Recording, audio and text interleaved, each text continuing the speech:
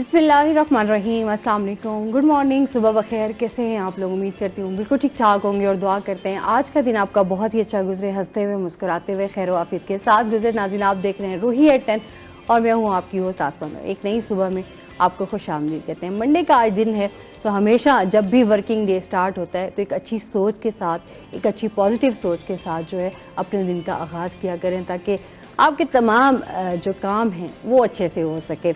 अच्छा, हमेशा चैलेंजेस आते रहते हैं लाइफ में, आपको पता है कि अप्स एंड डाउन भी चलते रहते हैं, लेकिन उसके साथ साथ आपको बड़े सब्र के साथ और बड़ी हिम्मत के साथ तमाम चीज़ों को फेस भी करना होता है। जिस तरह की भी सूरत हाल चल रही हो, हमें हर हाल में जीना है, ये चीज़ तो हमेशा मेरा ख्याल में जान लेनी चाहिए अच्छे से कि सर्वाइव किस तरह करना है। तो जब आप सर्वाइव कर रहे होते हैं तो फिर आपके जहन में ये चीज़ बहुत अच्छे से होनी चाहिए कि तमाम चीज़ों जो मसले हैं उनका सलूशन भी होता है। हर वक्त हम चीज़ों को बहुत ज़्यादा अपने सर पर सवार कर लेते हैं। जिस तरह आजकल हमारे माशरे में टेंशन, एंजाइटी, डिप्रेशन ये बहुत तेज़ी से फैल रहा है। लोग ज़हनी तौर पे बहुत ज़्यादा मफलूज होते जा रहे हैं, साइकोलॉजिकल इश्यूज़ होते जा रहे हैं, अदम बर्दाश्त हमारे माशरे में बहुत तेज़ी से फैल रहा है। इन चीज़ों को तभी ख़त्म कर सकते हैं जब हम मसलों को सवार करने की बजाय अपने जहनों पे उनके हल की तरफ जाएं। तमाम चीज़ें, ऐसी कोई भी चीज़ है जो मैं कहती हूँ नामुमकिन नहीं है, मुमकिन है, लेकिन बात यह है कि जब तक हम अपना माइंडसेट चेंज नहीं करेंगे चीज़ें बेहतर नहीं हो सकती। लिहाजा खुश रहें, खुशियों के साथ। अगर हम रो भी रहे हों, बहुत ज़्यादा टेंशन भी ले लें, तो कभी भी चीज़ों का हल जो है वो नहीं निकल सकता। हल तभी निकलता है जब हम थोड़ा ठंडे दिमाग से चीज़ों को समझते हैं और उसके बाद जो है मसलों को हल भी कर लेते हैं। इस मैसेज के साथ अपने प्रोग्राम का सिलसिला आगे बढ़ाएंगे। आज हमारे साथ जो गेस्ट मौजूद हैं जी, आज हैं हमारे साथ वाजिद रज़ा हमारे साथ मौजूद हैं, जो कि मोटिवेशनल स्पीकर हैं। अक्सर आप उनको हमारे शोज़ में भी देखते रहते हैं। एक नए डिफरेंट टॉपिक के साथ आते हैं ताकि उनके साथ जो है वो बातचीत की जा सके। अस्सलाम वालेकुम, कैसे हैं आप? ठीक ठाक हैं? वेलकम करते हैं अपने शो में आपको। अच्छा जी, और इसके साथ साथ जो है हम बात करेंगे, आज वर्ल्ड पोस्ट डे भी मनाया जा रहा है जनाब।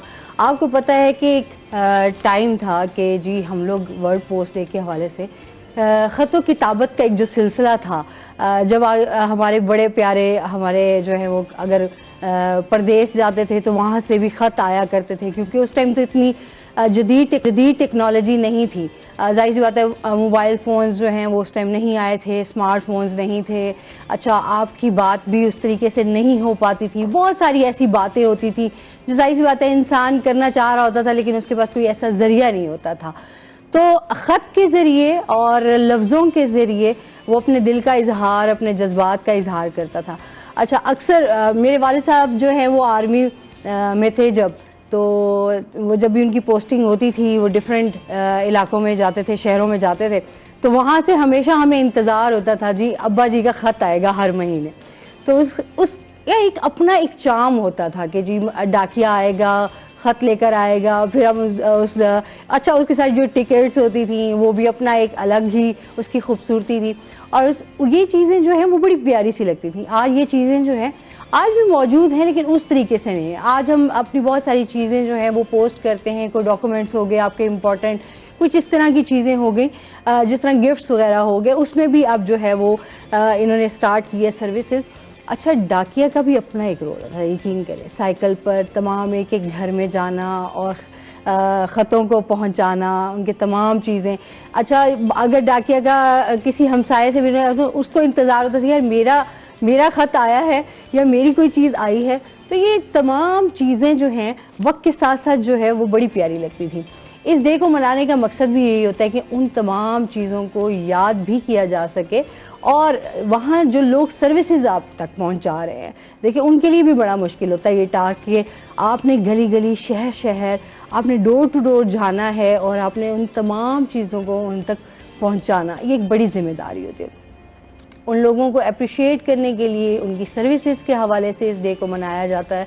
अच्छा, वाजिद से भी पूछते हैं, वाजिद कितना मजा आता था ना, ख़त का एक अपना एक चार्म होता था। आज तो हम लोग, अच्छा पहले तो ये होता था कबूतरों के जरिए भी आता था हाँ, एक टाइम कबूतर आप गले में जो है ना वो ख़त डाल दे या कोई पर्ची डाल दे ताकि दूसरे तक मैसेज पहुंच जाए। आपका कबूतर होता था ना वो हमारा डाकिया होता था। लेकिन बिल्कुल आप सही कह रही हैं, एक टाइम था जिस टाइम पे हम लोगों ने भी जो है वो ख़त भेजे भी और रिसीव भी किए, और खास तौर पर जिस समय मनी ऑर्डर आता था तो वो एक बड़ी है ना? बड़ी खुशी की लहर होती थी कि यार अच्छा इतने पैसे आ गए। हाँ। और जैसे आपने डाकिया की बात की है तो वो शायद पूरे इलाके के अंदर एक वाहिद शख्सियत ही होती थी उस टाइम पे कि जिसको सबके एड्रेसेस बिल्कुल एग्जैक्ट याद होते थे। हाँ। कि कौन सा खत किस घर में जाना है। और जब लोग पढ़वाते थे उनसे, और जाहिर बात है जो लोग पढ़े लिखे नहीं होते थे वो भी डाकिया से ही पढ़वाते भी थे उनसे। दोबारा खत उसका जवाब भी लिखवाना बड़ा जरूरी होता था कि यार अच्छा इतने टाइम के अंदर उसको रिस्पॉन्स भी करना है, तो it was a good practice.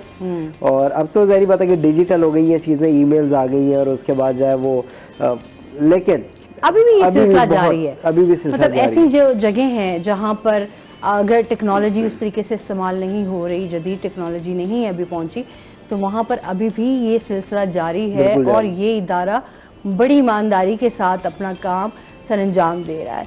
अच्छा, फिर अभी इस हवाले से एक्टिविटीज भी होती हैं ताकि जो हमारी अभी यूथ है, हमारी नौजवान है, जो हमारे बच्चे हैं स्पेशली, उनको पता चल सके। जाहिर कंप्यूटर का इस्तेमाल है, लैपटॉप का इस्तेमाल है, मोबाइल ऐसा गैजेट है जी, अब तमाम चीजें जो हैं आपकी वो आपके उस पर मौजूद है। मतलब आपको जरा सा भी वो नहीं होता कि यार आपको कोई मुश्किल हो, परेशानी हो।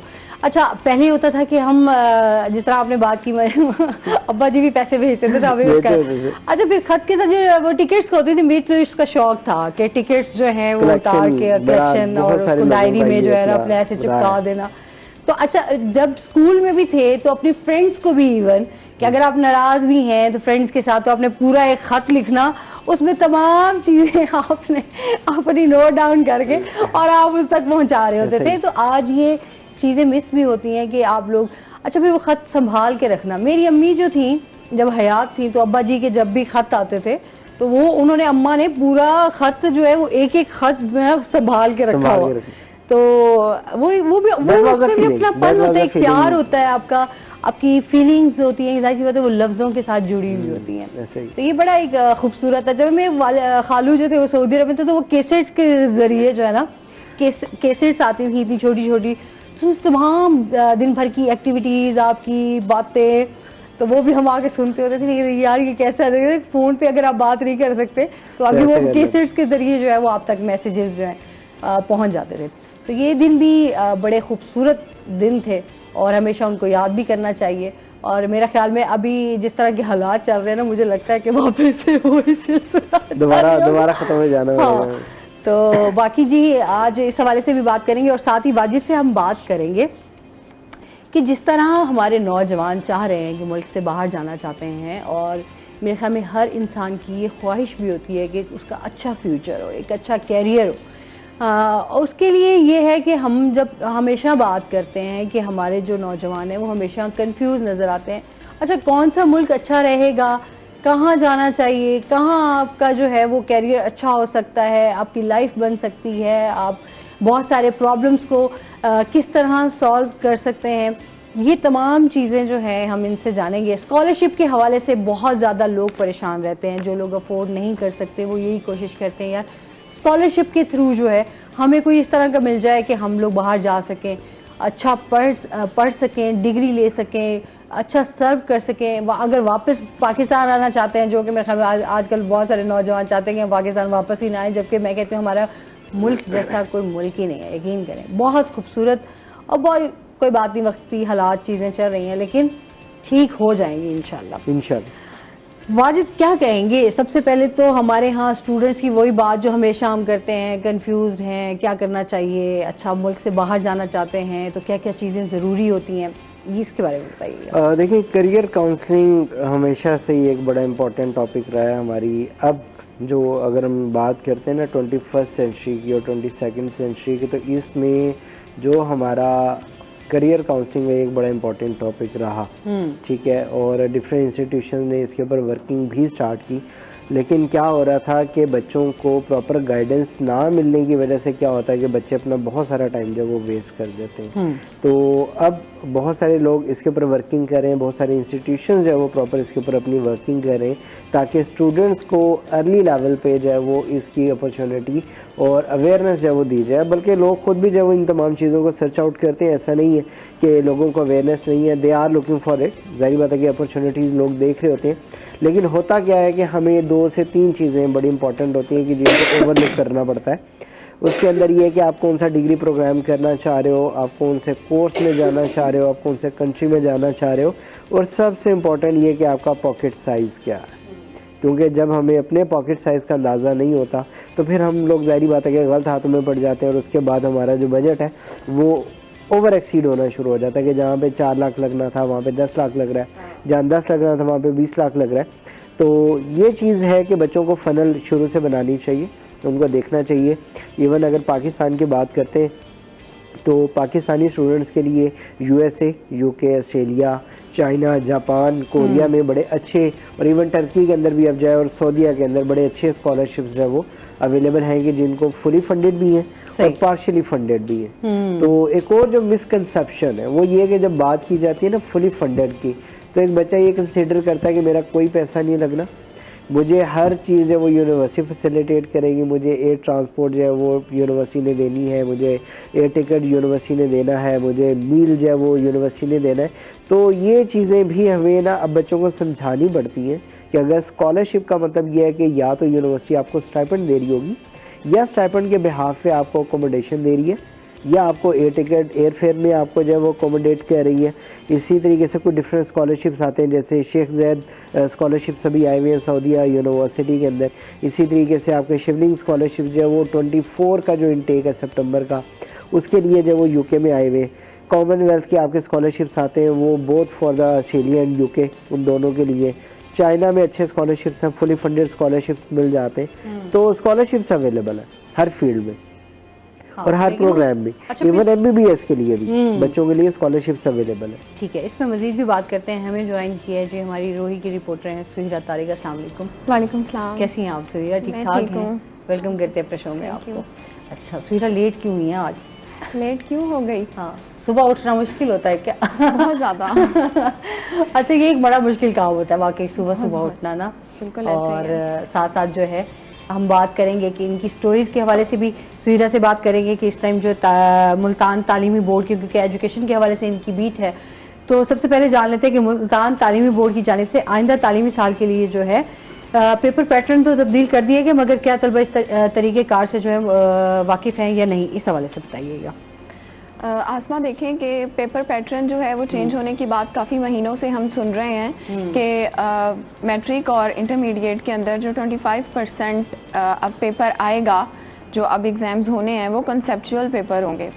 कंसेप्चुअल पेपर्स क्वेश्चंस क्या हैं? वो ये हैं कि स्टूडेंट ने जो पढ़ा हुआ है उन चीज़ों को वो किस हद तक सीख सका है, या अगर उसको आउट ऑफ दी सिलेबस या उसका क्वेश्चन चेंज करके अगर सवाल पूछ लिया जाता है तो क्या उसके अंदर इतनी काबिलियत है कि वो उसको परफॉर्म कर सके। इसके लिए पहले जो है वो इनिशियल लेवल पे एक प्री टेस्ट लिए गए थे जिसमें मोस्टली स्टूडेंट्स फेल हो गए थे। अच्छा, फिर उसके बाद चीज़ों को मज़ीद जो है वो इवेलुएट किया गया। मुल्तान तालीमी बोर्ड ने काफ़ी सारे जो इजलास हैं वो डिफरेंट पंजाब के जितने भी चेयरमैन बोर्ड्स हैं और जो कंट्रोलर इम्तिहानात हैं या जो उन्होंने मीटिंग्स की, फिर उसमें ये मतलब तजवीज़ पेश हुई कि जो टीचर्स पेपर बनाते हैं ना, पहले उनकी ट्रेनिंग की जाए। ज़रा पहले उनके साथ मतलब एक सेशन लिया जाए कि आया कि क्या वजह है कि क्वेश्चंस किस तरह के होते हैं। अच्छा, टीचर्स को ये बताना भी क्योंकि देखिए हम कितने सालों से एक ही तरीके पर चल रहे हैं कि जो चैप्टर के अंदर से क्वेश्चन आएगा जो एज इट इज बुक में लिखा हुआ है वही आएगा, और स्टूडेंट्स क्या करते हैं उसको सिर्फ रट्टा लगा के परफॉर्म कर लेते हैं, उसको समझते नहीं हैं। अच्छा, वही अगर क्वेश्चन आगे पीछे करके आ जाए तो वो फिर ये सवाल उठा देते हैं कि ये आउट ऑफ दी सिलेबस आ गया है, हम नहीं परफॉर्म कर सकते। अब जो पेपर्स बनाने वाले हैं उनकी बाकायदा ट्रेनिंग सेशंस हुए हैं, ठीक है, कि उनको ये समझाया गया है कि आपने किस तरह से चूज़ करने हैं पेपर्स, क्वेश्चंस किस तरह से चूज़ करने हैं कि बहुत ज़्यादा टफ भी ना हो कि स्टूडेंट को समझ ही ना आए, ठीक है। और एक सबसे अहम चीज़ कि अगर स्टूडेंट ने कुछ लिख दिया है आउट ऑफ द वे जाके, फॉर एग्जांपल अगर बुक के अंदर कोई एग्जांपल कोट की गई है तो मोस्टली टीचर्स क्या करते हैं, अगर वही एग्जाम्पल बच्चा भी देगा तो वो पास है। अगर उसने उससे बेहतर एग्जाम्पल दे दी है जो बुक में नहीं है, उससे बेहतर दे दी है, तो वो उसको क्रॉस कर देते हैं। ये इस तरह के पेपर्स चेक हुए हैं, सही। एक सैंपल पेपर्स चेक किए गए हैं। अच्छा, तो फिर उसमें कोताही कहाँ आ रही है? हमारे तालीमी निज़ाम में कोताही आ रही है कि जब टीचर्स की खुद ट्रेनिंग नहीं की जाएगी तो वो बच्चों को किस तरह से समझाएंगे। हाँ। अच्छा, टीचर्स भी ये चीज़ जो है ना वो आसमा अडॉप्ट नहीं करना चाह रहे, क्योंकि बुक के अंदर से क्वेश्चन देख के पेपर बना देना आसान है इस मुकाबले में कि आप अपना दिमाग यूज़ करके कुछ पेपर बनाएं। वो पेपर एक दफ़ा बन जाता है तो उसको 3-4 मराहिल से गुजरना पड़ता है, चेक किया जाता है उसको बाकायदा के क्या ये स्टूडेंट के लिए, मोस्टली स्टूडेंट्स के लिए वो इस काबिल होंगे कि उसको अटेम्प्ट कर पाएँ। अच्छा, फिर हमारा जो आपने सवाल किया कि तालीम का तरीका भी बदला है या नहीं, तो वो बिल्कुल नहीं बदला है तरीका। अभी भी हम पिछले दिनों एक कॉलेज में गए हुए थे तो वहाँ पे स्टूडेंट से जब पूछा गया कि आप को कॉन्सेप्चुअल पेपर्स इस दफ़ा आने हैं तो आप लोगों की कैसे तैयारी चल रही है, तो काफ़ी सारे स्टूडेंट्स ने ये कहा कि कॉन्सेप्चुअल पेपर क्या होता है हमें इस बारे में नहीं पता है। हमने कहा क्या आपके प्रिंसिपल ने, आपके टीचर्स ने क्या ये चीज़ अनाउंस की है कि इस दफ़ा बोर्ड जो है उसने पेपर पैटर्न चेंज किया और कॉन्सेप्चुअल पेपर्स आएंगे? तो काफ़ी सारे बच्चों ने कहा नहीं, हमें नहीं पता है। कुछ ने जो कि बोर्ड की वेबसाइट देखते रहते हैं या नो हाउ रखते हैं चीज़ों का, उनको इल्म था, लेकिन मोस्टली बच्चों को अभी तक बताया ही नहीं गया। जबकि बोर्ड ने काफ़ी सारे नोटिफिकेशन जो हैं वो तमाम प्रिंसिपल्स को, कॉलेजेस के, स्कूल के प्रिंसिपल्स को भेजे हैं कि आप अपने बच्चों को आगाह करें, सिर्फ आगाह ना करें, उन्हें पढ़ाएं भी सही उसके मुताबिक। लेकिन इशू कहाँ आ रहा है कि जो हमारे टीचर्स हैं उनकी ट्रेनिंग का कोई यहाँ पे बंदोबस्त नहीं है। एक तो हमारे मुल्तान में ट्रेनिंग इंस्टीट्यूट्स बहुत ज़्यादा कम है। एक कायद अकेडमी है, Quaid-e-Azam academy for educational development, वहाँ पे टीचर्स की बाकायदा ट्रेनिंग्स वगैरह इस तरह से सेशंस होते हैं। लेकिन गवर्नमेंट को मज़ीद स्टेप्स लेने चाहिए कि जितने भी टीचर्स हैं जो हायर टीचर्स हैं जैसे मैट्रिक के और इंटरमीडिएट के, उनकी बाकायदा से ट्रेनिंग की जाए। अभी बोर्ड ने मॉडल पेपर्स भी बनाने हैं। सही। मॉडल पेपर्स ये हैं कि वो ये नहीं कि वो पेपर बता दिए जाएंगे कि क्या आने हैं, मतलब मॉडल पेपर्स का मतलब ये है कि एक सैम्पल पेपर्स बच्चों को दिए जाएंगे। वो उन्होंने, अब आप देखें कि 3 महीने से मॉडल पेपर्स की तैयारी की जा रही है, उनको बनाया जा रहा है, लेकिन अभी तक वो पेपर्स भी बच्चों को प्रोवाइड नहीं किए गए। जब आप साल के एंड में पेपर से 1 या 2 महीने पहले बच्चों पे बोझ डालेंगे, हाँ, तो वो किस तरह से फिर अटेम्प्ट करेंगे? हाँ, ये इस तरह के इश्यूज बहुत ज़्यादा आ रहे हैं। अच्छा, ये वाकई हमारे यहाँ ना तालीम पे बहुत जोर दिया जाता है, बस पढ़ें, अच्छी तालीम हासिल करें। हाँ। पर तालीम की क्वालिटी और फैसिलिटीज़ के हवाले से जब बात होती है तो वो हमें फिर सिफर ही नज़र आती है। ऐसा है कि नहीं वाजिद? आप जाहिर सी बात है, आप भी इन चीज़ों को देखिए, उसमें मॉडिफिकेशन हमारा अभी जैसे मैंने बात की कि हमारे जो अपने टीचर्स हैं ना वो भी इस चीज़ को ऑप्ट नहीं करना चाह रहे। क्या अच्छा दोबारा से नए सिरे से आना पड़ेगा, फिर से वो दोबारा चीज़ें करनी पड़ेंगी। तो अगर नहीं करेंगे उसमें, जैसे हम लोगों ने कोविड में भी एक बात की थी कि अगर आप टेक्नोलॉजी को इस्तेमाल नहीं करेंगे ना तो टेक्नोलॉजी आपको रिप्लेस कर लेगी। हम अभी हो चुकी है रिप्लेस करके। अब तो जैसे बच्चा फोकस करता है तो यार अच्छा सोशल मीडिया पे या यूट्यूब से ना अच्छा कंटेंट मिल जाता है, हाँ ठीक है, तो वो ऑटोमेटिकली वो शिफ्ट हो जाता है। वो कहता है अच्छा यार ठीक है, यहाँ से मैं देख लेता हूँ। ठीक, तो अब देखिए ना कितने प्लेटफॉर्म्स आए। अच्छा, चैट जीपीटी, ये आप उस पर जाएं, आप एक जस्ट आप अपना एक कोई भी चीज आप उसको लिखते हो कि हमें इससे रिलेट, आपको बहुत सारा कंटेंट, बहुत सारी चीजें। आप देखें आसमा के बच्चों को एप्लीकेशन लिखना वो एक छोटे लेवल पे होता है ना, कोई मजमून लिखना, आपने जस्ट हेडिंग देनी है कि ये मजमून मुझे लिख दो, पूरा आपका तमाम चीजें आपके पास आ जाएंगी। तो बहुत ईजी है ना सीखना। अगर बच्चे यूज कर सकते हैं तो टीचर्स भी यूज कर सकते हैं इस चीज को। कोई बात नहीं, टीचर्स की ग्रूमिंग और टीचर्स की वाकई ट्रेनिंग्स के हवाले से, क्योंकि अब जिस तरह अगर आप सिलेबस में आप बुक्स चेंज कर रहे हैं या कुछ आपकी इस तरह की चीजें आप कुछ नया लाना चाह रहे हैं, तो फिर उसी लिहाज से टीचर्स को भी तो आपने सिखाना है। बिल्कुल। तो हमारे टीचर्स को उस तरीके से जब नहीं सिखाया जाएगा तो वो बच्चा कैसे सीखेगा? ये सबसे बिल्कुल ऐसे ही है। अच्छा, जिस तरह हम लोग अभी जैसा कि बहुत सारे बच्चों का ये एक ख्वाब भी होता है या पेरेंट्स का भी होता है कि हम अपने बच्चों को बाहर भेजें, तो आजकल जिस तरह के हालात चल रहे हैं, जिस तरह अभी लगे बहुत सारे मुल्कों के लिए जिसमें बहुत मुश्किल था कि पाकिस्तान के लिए यहाँ से लोगों को वहाँ पर जाना, मुश्किलात का सामना कर, अभी उन्हें ममालिक ने जो है वो आपको फ्री कर दिया है कि जी लोग आएँ और यहाँ पर आकर अपना जो है जॉब्स भी कर सकते हैं, स्टडी वीज़ा भी उनको मिल सकता है। इस हवाले से बताइए बेहतरीन मुल्क कौन से हैं? क्योंकि वैसे ओवरऑल देखें तो हम लोग अगर अमेरिका की बात करते हैं, अभी अमेरिका के हवाले से वीज़ा की बात चल रही थी, तो वहाँ पर अपॉर्चुनिटीज किस तरह की हैं?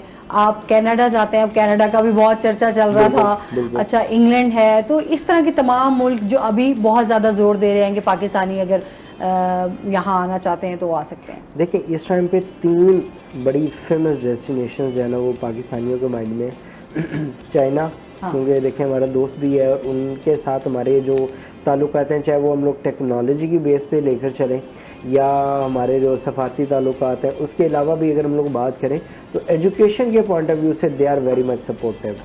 पाकिस्तानी स्टूडेंट्स के लिए उन्होंने स्पेशली जो है ना वो फुली फंडेड स्कॉलरशिप्स ऑफर किए हुए। इवन अगर पाकिस्तान के अंदर MBBS अगर 1 CR में हो रहा है तो चाइना के अंदर आपका जो वही MBBS है वो अराउंड 70 लाख से कम में हो जाता है।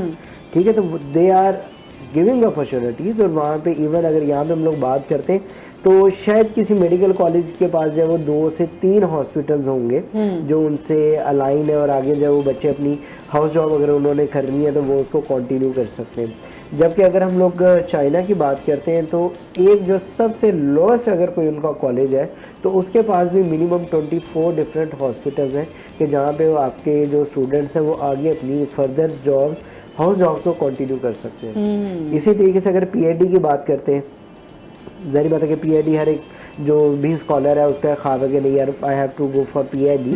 तो PhD के अंदर भी आपको बड़े अच्छे स्कॉलरशिप विद स्टाइपेंड, ठीक है, जहाँ पे वो आपको एक तो चले आप पढ़ने के लिए जाते हैं, दूसरा एक तो आपको वहाँ पे ट्यूशन फ्री मिल जाती है, हॉस्टल फ्री मिल जाता है, और उसके अलावा आपको वो मंथली स्टाइपेंड भी दे रहे होते हैं। ठीक है, इसमें मजीद भी हम आपसे जानेंगे। नाज़रीन, अभी हमने जाना है ब्रेक पे, हमारे साथ रहिएगा।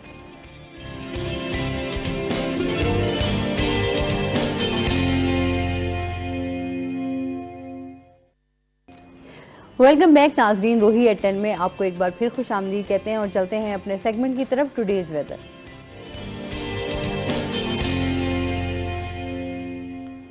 ज़ुहैब बुखारी हमारे साथ मौजूद हैं। ज़ुहैब से जानते हैं आज दिन भर मौसम कैसा रहेगा, क्या सूरत हाल है? आज बिल्कुल शहर औलिया का मौसम जो है वो खुश्क और गर्म रहेगा। महकमा मौसमियात के मुताबिक ज़्यादा से ज़्यादा दर्जा हरारत जो है वो 36 डिग्री सेंटीग्रेड तक रहने का इम्कान है, जबकि कम से कम दर्जा हरारत जो है वो 24 डिग्री सेंटीग्रेड तक रिकॉर्ड किया गया है। पूरे दिन मुल्तान शहर में चलने वाले अगर हम हवा की बात करें तो महकमा मौसमियात के मुताबिक हवा में जो नमी का तनासुब है वो 78% तक जो है वो रिकॉर्ड किया गया है। एयर क्वालिटी इंडेक्स में जो है वो 150 पॉइंट्स रिकॉर्ड किए गए हैं, जिसके बाद मुल्तान शहर जो है वो पाकिस्तान के फ़ज़ाई आलूदा तरीन शहरों में जो है वो आज 6ठे नंबर पर मौजूद है। आइंदा 24 घंटों के हवाले से अगर हम बात करें तो महकमा मौसमियात के मुताबिक आइंदा 24 घंटों में जो है वो शहर औलिया में जो है वो अब्र रहमत का कोई ख़ास इम्कान मौजूद नहीं है। ताहम आने वाले दिनों में जो है वो मुल्तान शहर में जो है वो जो दर्जा हरारत जो बढ़ रहा है वो बदतरीज जो है वो कम होगा, जिसकी वजह से हब्स और गर्मी की शिदत में जो है वो कमी वाक़ई होगी। इस तमाम सूरत हाल के बाद जो है वो डॉक्टर्स भी मैदान में आ गए हैं, क्योंकि डॉक्टर्स की जानिब से भी ये कहना है कि अब मौसम जो है वो उसमें बदलाव जो है वो शुरू होगा। अब सर्दियों की भी जो है वो एंट्री होने वाली है, तो शहरी जो है वो बदलते मौसम में क्योंकि मुख्तलिफ बीमारियाँ जहाँ सर उठाएंगी तो वहाँ पर शहरी भी जो है वो काफ़ी बीमारियों में मुब्तला हो सकते हैं। तो उस बीमारियों से मुब्तला होने से बचने के लिए डॉक्टर्स की जानिब से यही कहना है कि शहरी जो है वो ठंडा पानी पीने से जो है वो इज्तनाब करें, और बदलते मौसम के साथ खुश्क सर्दी जिस तरह आएगी तो शहरी जो है वो उसमें गैर ज़रूरी सफ़र करने से भी जो है वो इज्तनाब करें, ताकि वो जो है वो बीमारियों से बच सके और सर्दियों को भी जो है वो खूब इंजॉय कर सकते। हम बारिश का कोई इम्कान नहीं है, मौसम जो है वो आज गर्म है और खुश्क है। शहरियों से यही कहा जा रहा है कि आइंदा आने वाले दिनों में जो है वो जैसे ही सर्दियों की एंट्री होगी तो उसको जो है वो शहरी खूब इंजॉय करेंगे। जी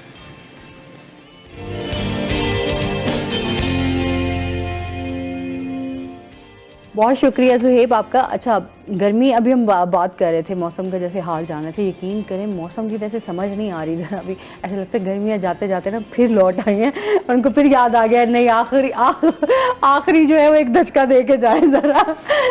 और कल तो शदीद गर्मी थी और मैं तो बड़ी परेशान हूँ, ये क्या हो गया मौसम, ऐसे ठंडी ठंडी हवाएं चलते चलते हम कहते अच्छा चले जी विंटर स्टार्ट हो गया, मौसम बड़ा खुशगवार है, अक्टूबर का महीना है तो, लेकिन अक्टूबर के महीने में भी हमें जो है ना वो गर्मी ही मिल रही है। आप देखिए शाम ठंडी हो जाती थी पिछले हफ्ते की, और अगर हम बात करें रातें भी गर्म है, रात भी गर्म है और आपके दोबारा से एसी जो है वो चल पड़े हैं, हाँ। वरना थोड़ा सा कम हो गया था, लेकिन वापस आ गई है गर्मी। अच्छा लगता है पता ऐसा कि नहीं हम मुल्तान वालों ने क्या अच्छा हमने कहा थोड़ी किया है कि शायद बिलों में अब कमी आ जाएगी, अब कोई सूरत हाल जो है ना वो चेंज होगी, बिजली के बिल कम आएंगे, लेकिन मुझे नहीं लगता इस दफ़ा फिर बिजली के बिल बहुत ज़्यादा आएंगे। तो ना यूनिट भी बढ़ाए जा रहे हैं और उसके साथ साथ अभी पता नहीं इम्कान है कि नहीं कि ये मौसम जो है किस तरफ अंगड़ाई लेता है, या नवंबर में हमें कहीं जाके थोड़ा सा मौसम, मुझे उसमें भी लगता है कि प्लेजेंट मौसम होगा, कोई ख़ास सर्दी नहीं होगी वैसे।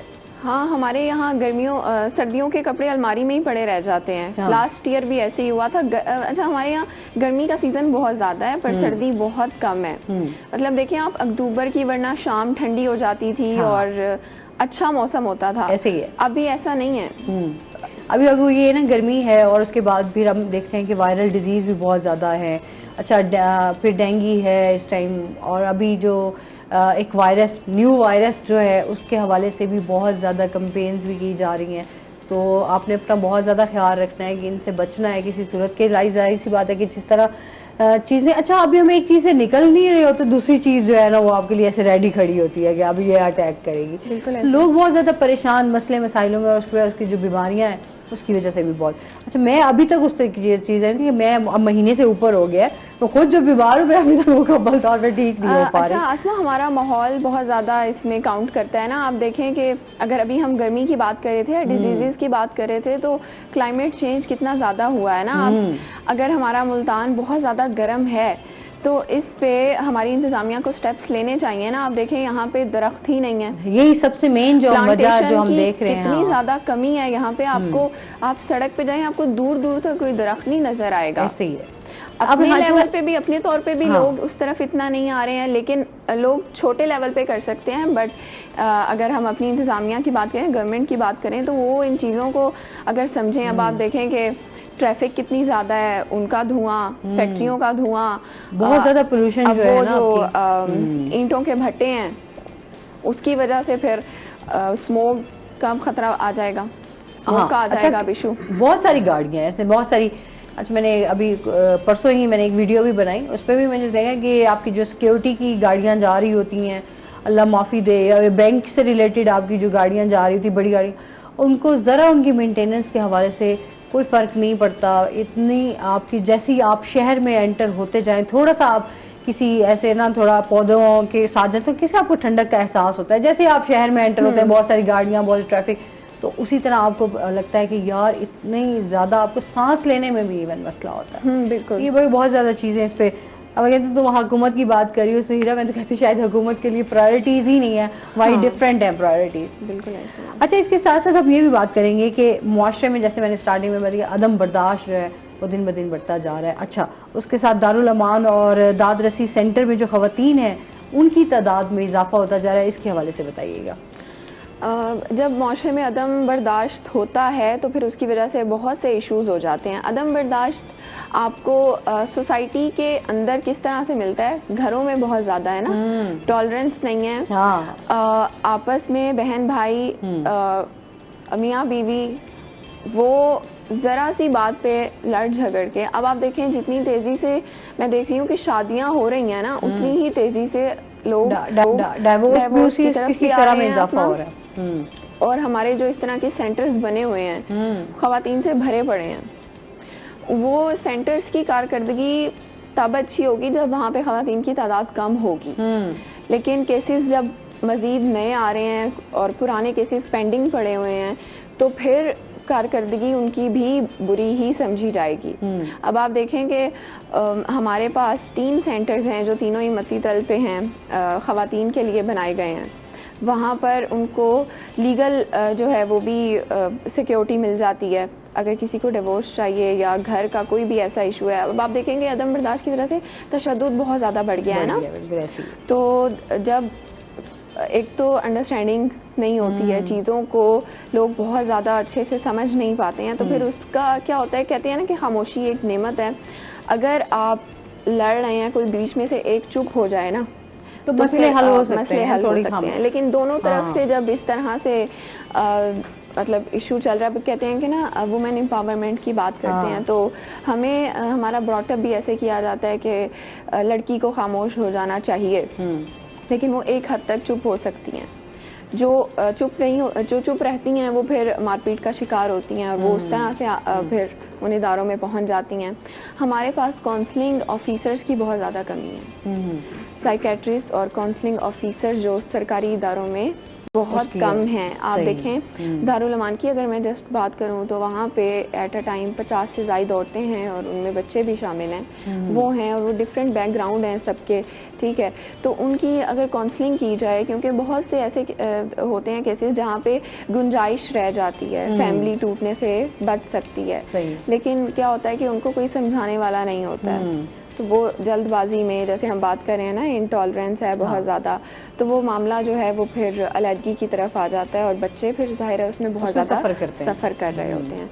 तो अभी जैसे आप देखेंगे हमें स्कूल्स में, कॉलेजेस में, यूनिवर्सिटीज़ में ना आसमा इस तरह के सेशंस रखने चाहिए बच्चों के अंदर, ताकि वो लड़के हों या लड़कियां हों, क्योंकि उन्होंने आगे जाके माशरे की बुनियाद रखनी है ना। तो अगर उनको आप जस्ट सिर्फ किताबों की तरफ लाने की बजाय उनकी पर्सनैलिटी के ऊपर भी अगर आप काम करें ना, कि जैसे आपने चीज़ों को बर्दाश्त करना है, सब्र करना है, तरबियत ना बेसिकली जो फुकदान नजर आता है हमारे तालीमी इदारों में, वो तरबियत है। बिल्कुल, किसी भी चीज़ को आपने सिचुएशन को कैसे हैंडल करना है। अभी मैं खुद एक सेशन में गई हुई थी, वहाँ पे उन्होंने हमें माहिर नफ्सियात थे, पूरा 1 घंटा हमें उन्होंने सेशन दिया। तो उन्होंने कहा कि देखें अगर कोई चीज़ ख़राब हो गई है तो वो ठीक तो नहीं आप कर सकते, तो फिर आप उसकी टेंशन ना लें, छोड़ दें उसको। कोई काम अगर आपसे नहीं हो पा रहा और आपने सवार कर लिया है मैंने करना है, नहीं हो रहा तो आप छोड़ देना। जब आप नहीं छोड़ते हैं तो आप फिर इरिटेट होते हैं और फिर दूसरों को भी कर रहे होते हैं। अच्छा, वैसे आपकी क्या राय है? नौजवानों में तो हमारे यहाँ गुस्सा और ये चीज़ें, बहुत जल्दबाजी, इमोशनल, ये बहुत सी चीज़ें पाई जाए, फटाफट हो जाए, बस शॉर्टकट भी चाहिए। हाँ, अच्छा, फिर बहुत सारे जिस तरह हमारे नौजवान अगर वो उनकी चीज़ें उस तरह की सही होती कि अगर स्टडीज़ के हवाले से या डिग्री के हवाले से या कुछ भी इस तरह, हम लोग फ़ौरन हमारे नौजवान मायूसी की तरफ चले जाते हैं और या मायूसी उसके बाद फिर खुदकुशी की तरफ चले जाते हैं। बिल्कुल ट्रू दैट, सिचुएशन यही है इस टाइम पे, मतलब फ्रस्ट्रेशन हर तरफ है। इवन एक बच्चा है फॉर एग्जांपल, वो अप्लाई करना शुरू करता है और डिजायर्ड यूनिवर्सिटी में अगर उसका एडमिशन नहीं हो रहा तो अब उसके बाद से वो कहता है कि बस खत्म।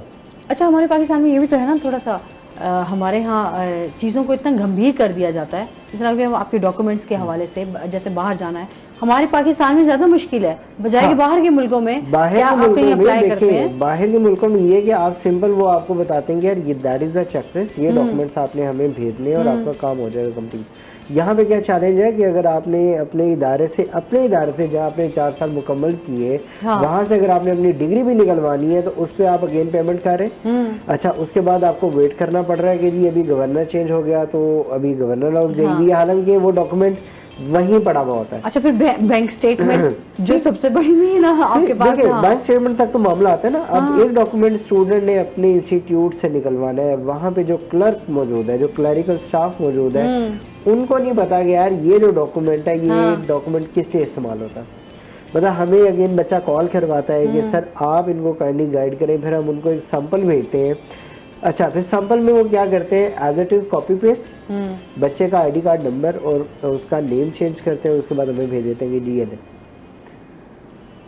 अब वो क्या है कि जो जैसे हम लोग बात कर रहे थे कि तालीम के ऊपर जोर है, लेकिन जो तरबियत है ना वहाँ पे नहीं है कि भाई ठीक है, वो 4 डॉक्यूमेंट्स उनको बताएंगे जी ऑर्डर यहाँ से लेना है, यहाँ पास करना है और डायरी नंबर लगा दो, बस ये 4 चीजें इनको पता होती है, ठीक है।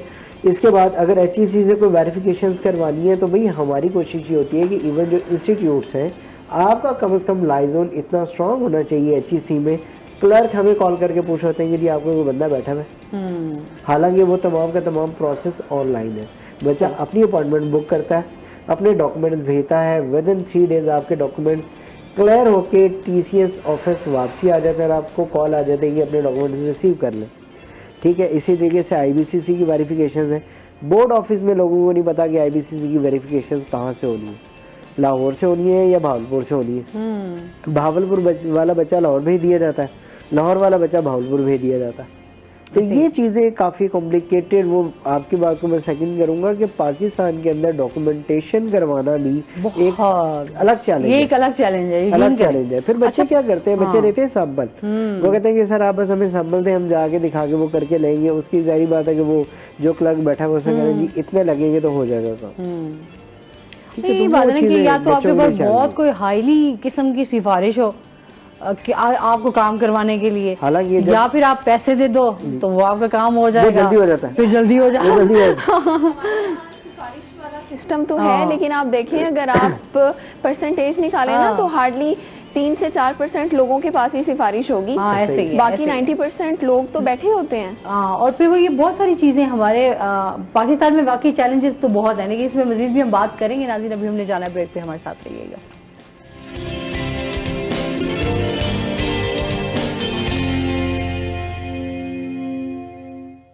वेलकम बैक नाज़रीन। अच्छा, इसमें आप क्या समझते हैं कि अभी जो करंट जो स्टूडेंट्स को मुश्किलात पेश आ रही हैं और उनका कैसे हल निकल सकता है, किस तरह वो बाहर जा सकते हैं, इसके हवाले से बताइए। देखिए, हम हमेशा बात करते हैं कि ग्राउंड लेवल से जो करियर काउंसलिंग है ना वो स्टार्ट होनी चाहिए। जो इंस्टीट्यूशंस हैं या वो और इसमें बल्कि बहुत सारे जो टीचर्स हैं जो खुद अब्रॉड अपनी स्टडी करके आए हुए होते हैं, वो स्टूडेंट्स को फैसिलिटेट भी कर रहे होते हैं कि कौन सी डॉक्यूमेंटेशन रिक्वायर होती है और क्या चीज़ें हैं। तो अच्छा, ये भी साथ साथ बताइएगा आपकी बात माजरत, उसके एक तो जो बहुत सारे हमारे यहाँ पर एजेंट्स बैठे होते हैं, एक इस हवाले से भी कि फ्रॉड निकलते हैं, स्टूडेंट्स को मिसगाइड भी किया जाता है, उनको पता भी नहीं चलता कि आगे क्या स्टोरी है। बहुत सारे स्टूडेंट यहाँ से पैसा भर के चले जाते हैं और आगे जाके वो बेचारे जलील ख्वार होते हैं, कोई उनका वहाँ पे सेटअप नहीं होता, कुछ भी नहीं होता। देखिए, इसमें यह है कि आज का स्टूडेंट ना बहुत एडवांस है। स्पेशली अगर हम लोग अपर पंजाब की बात करते हैं या फेडरल एरिया की बात करते हैं ना, तो वहाँ का स्टूडेंट आके एजेंट को बताता है कि जी ये यूनिवर्सिटी, ये कंट्री इतने बजट में यहाँ पे मेरा अप्लाई कर रहे हैं।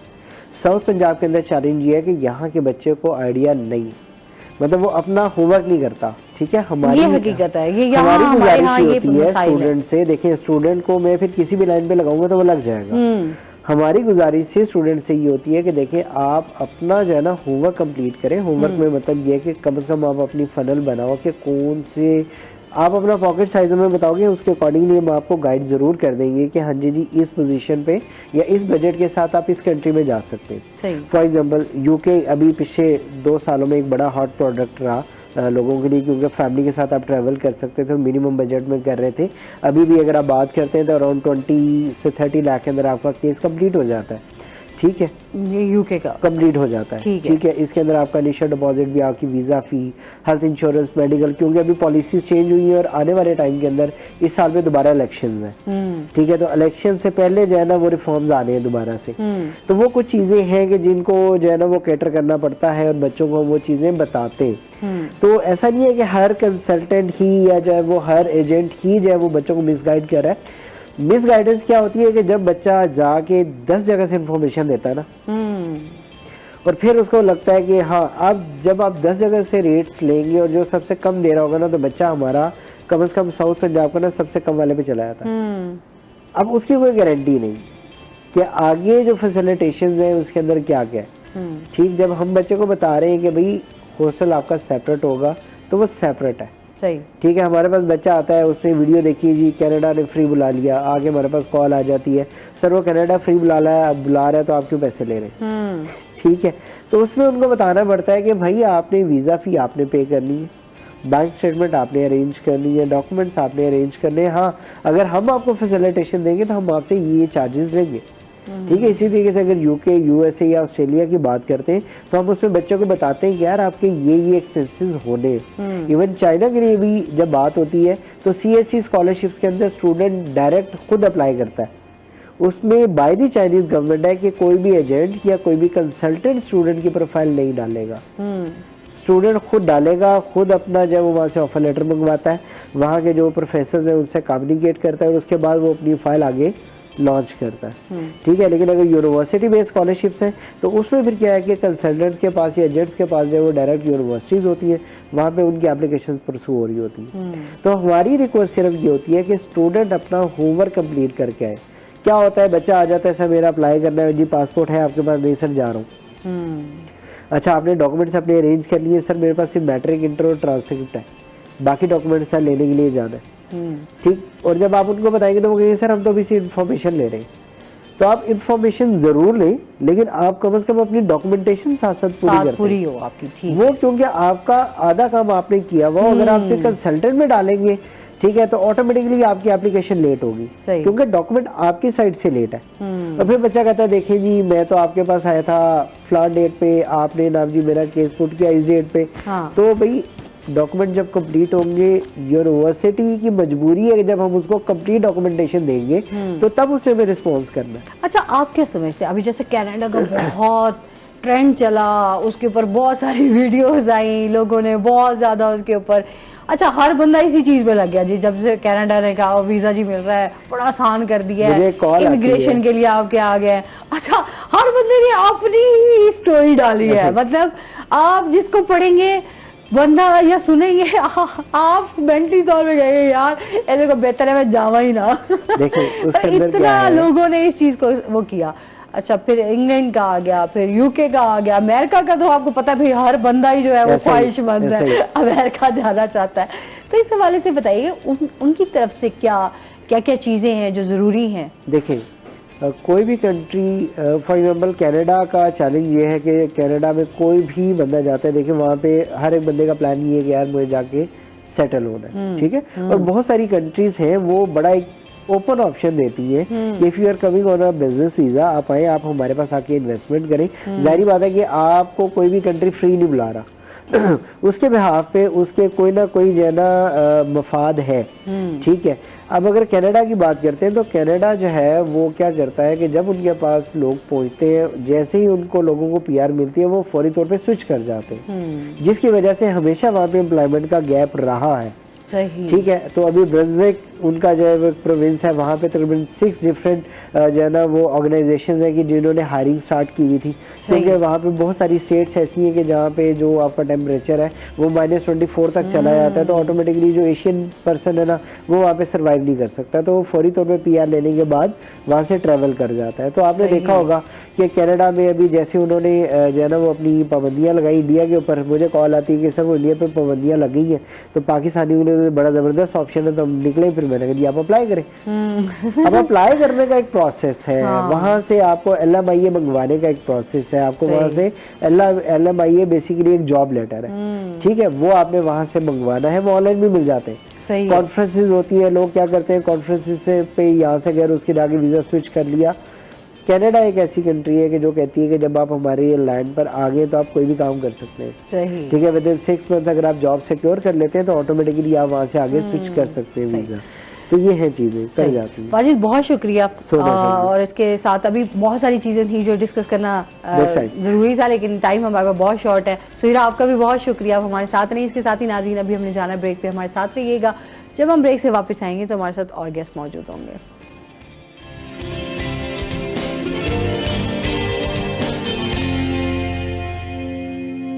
वेलकम बैक नाजरीन, रोही एट 10 में एक बार फिर आपको खुश आमदीद कहते हैं। और ब्रेक के बाद हमारे साथ गेस्ट मौजूद हैं, उनकी तरफ चलते हैं। आज हमारे साथ मौजूद हैं जी डॉक्टर सादिया मजीद, हमारे साथ मौजूद हैं जो कि कंसल्टेंट हैं जी, पैथोलॉजिस्ट। अस्सलाम वालेकुम, कैसी हैं आप? ठीक ठाक हैं? वेलकम करते हैं अपने शो में आपको। अच्छा आज आपको पता है कि ये अक्टूबर का महीना जो है ये कैंसर से रिलेटेड जो है वो मनाया जाता है। उसकी अवेयरनेस के हवाले से लोगों को बताया जाता है कि कैंसर जैसा जो मौजी मर्ज है, स्पेशली ब्रेस्ट कैंसर के हवाले से जो है बहुत ज़्यादा एक्टिविटीज़ चल रही होती हैं। अच्छा कैंसर का जब भी नाम आता है तो जाहिर सी बात है एक इंसान के अंदर ना डर और खौफ होता है, सिर्फ एक नाम का ही डर और खौफ होता है। लेकिन सब जाहिर सी बात है जो लोग इससे सफ़र कर रहे होते हैं, इस बीमारी से, उनकी तकलीफ का अंदाज़ा नहीं लगाया जा सकता। अच्छा ब्रेस्ट कैंसर के हवाले से बहुत सारी चीज़ें जो हैं हमारी आजकल, पहले होता था कि जैसे आपने जो ख़वातीन दूध पिलाती थी, बच्चे हैं उनमें ये ज़्यादा मर्ज पाया जाता है, लेकिन आजकल हम देख रहे हैं कि बच्चियों में भी ये मर्ज जो है वो तेज़ी से फैल रहा है। इससे कैसे बचा जा सकता है, क्या एहतियाती तदाबीर इख्तियार करनी चाहिए, किस तरह आप अपना चेकअप भी कर सकते हैं, डॉक्टर से भी आप कंसल्ट कर सकते हैं। तो इस हवाले से सादिया जो है हमें मज़ीद भी बताएंगी, इनसे जानेंगे। और इसके साथ ही हमारे साथ जो दूसरे गेस्ट हैं वो हैं जी करार हैदर, हमारे साथ मौजूद हैं जो कि आर्टिस्ट हैं, सिंगर हैं। अस्सलाम वालेकुम। वालेकुम कैसे हैं आप? ठीक ठाक हैं?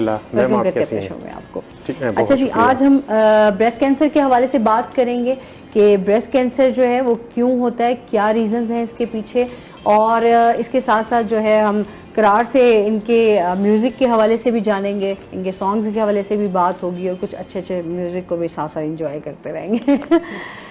सादिया, आजकल जो हम सबसे पहले इस पे बात करते हैं ना ब्रेस्ट कैंसर के हवाले से, क्योंकि इस पे बहुत ज़्यादा प्रोग्राम्स हो भी रहे हैं और इसके हवाले से एक्टिविटीज़ भी जारी होती हैं, क्या कहेंगी इस बारे में?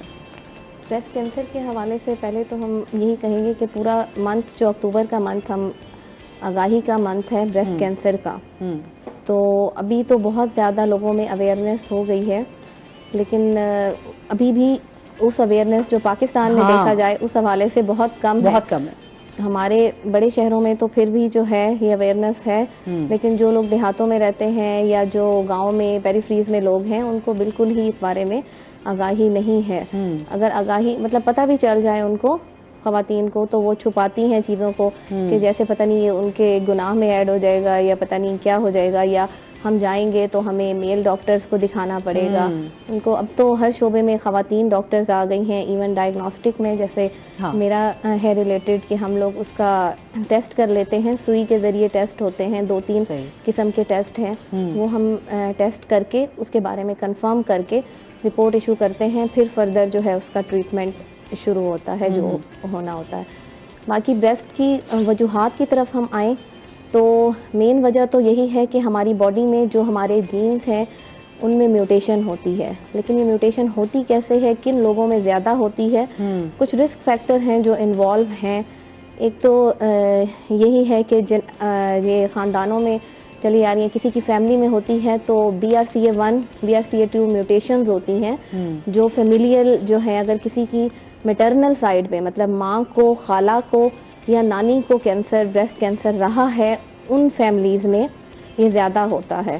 सिस्टर्स में हो, माँ को हो, खाला को या नानी को, मतलब maternal side is very important कि अगर उनकी फैमिली में किसी को हो तो वो अपने आप को BRCA1 BRCA2 म्यूटेशन के लिए स्क्रीनिंग करें टेस्ट की।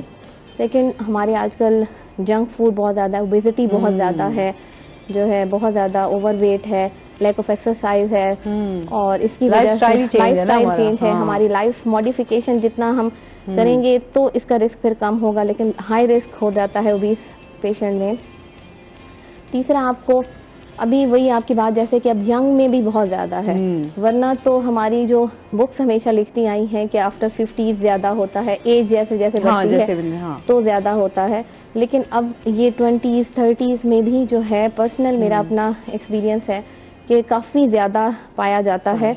और उसमें यही कि एक लाइफस्टाइल हमारा चेंज हो रहा है, दूसरा ये कि जंक फूड हम ले रहे हैं, तीसरा वही कि हम लोगों को पता नहीं होता कि हमारी पहले फैमिलीज़ में है तो हम उसको अर्ली डिटेक्ट कर लें, तो बाहर के ममालिक में तो वो अर्ली डिटेक्शन करके और फिर जो है उसकी पहले से ही ओवरएक्टमीज या जो है, क्योंकि दोनों जो हार्मोन रिलेटेड हैं, बाहर से हार्मोन ले रहे हैं या अंदर ही हार्मोनल चेंजेस हैं, सही, तो उसमें हार्मोन जो प्रोड्यूस कर रही हैं वो ओवरीज प्रोड्यूस कर रहे हैं, वो ओवरीज की ओवरएक्टमी कर देते हैं या ब्रेस्ट को जो है वो इटसेल्फ वो मेस्टेक्टमी करके आर्टिफिशियल ट्रांसप्लांट कर देते हैं ताकि उनका वो रिस्क ही कम हो जाए। लेकिन ये एडवांस लेवल की बातें हैं वो जिनकी फैमिलीज में हो, लेकिन हमारे पास ये कि हम पहले से उसको कैसे डिटेक्ट कर सकते हैं कि रोज़ाना हम अपना मुआयना खुद करें, रोज़ाना नहीं, हफ्ते में एक दफ़ा लाजमी उसको हम टाइम निकालें अपने लिए, जो है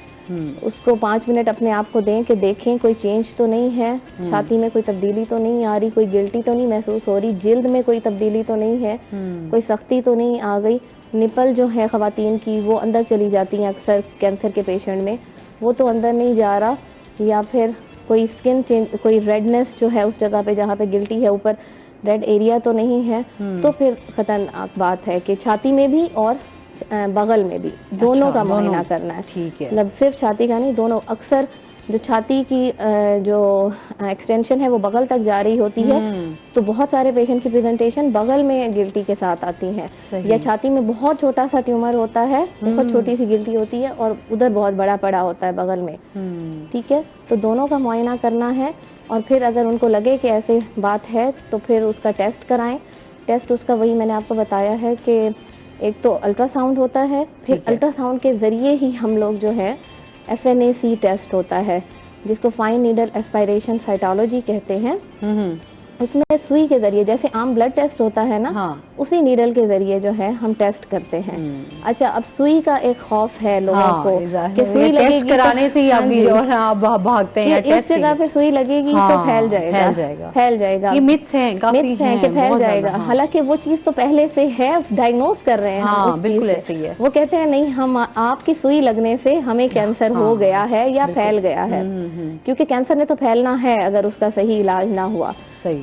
तो एक बेसिक टेस्ट FNAC है, जिसमें हम बता देते हैं कि अच्छा, कैटेगरीज कर देते हैं डिफरेंट कैंसर को, मतलब ये कैंसर है, जड़ों वाली है रसोली या नहीं जड़ों वाली, या इन बिटवीन है कि इसके लिए फिर फर्दर एडवांस टेस्ट करें। और उसमें फिर टाइप्स हाँ है ना, जी, फिर कैंसर types के हैं। भी आगे वो जो है वो हाँ, कैंसर हो वो तो भी उसकी फिर डायग्नोज further- करने के बाद हाँ ही। जी, फिर उस पे बायोप्सी करते हैं, उसमें भी अल्ट्रासाउंड के जरिए ही, गन के जरिए। अब लोगों को ये होता है कट ना लगे ना, कट ना लगे, तो वो कट नहीं लगता उसमें। सही। उसमें ultrasound guided true cut biopsy होती है, वो ऐसे गन के जरिए, जैसे वो छोटी सुई है उससे थोड़ी बड़ी होती है, कोई कट नहीं लगता उसमें, सिर्फ गन जाती है और वो जो बाल के बराबर जो है ना मवाद लेके और उसको हम प्रिजर्व कर लेते हैं, और उसके ठीक है, ऊपर उसके बाद- वैसे ही टेस्ट होते हैं जैसे बाकी पूरे टिश्यू पे हो सकते हैं। सही।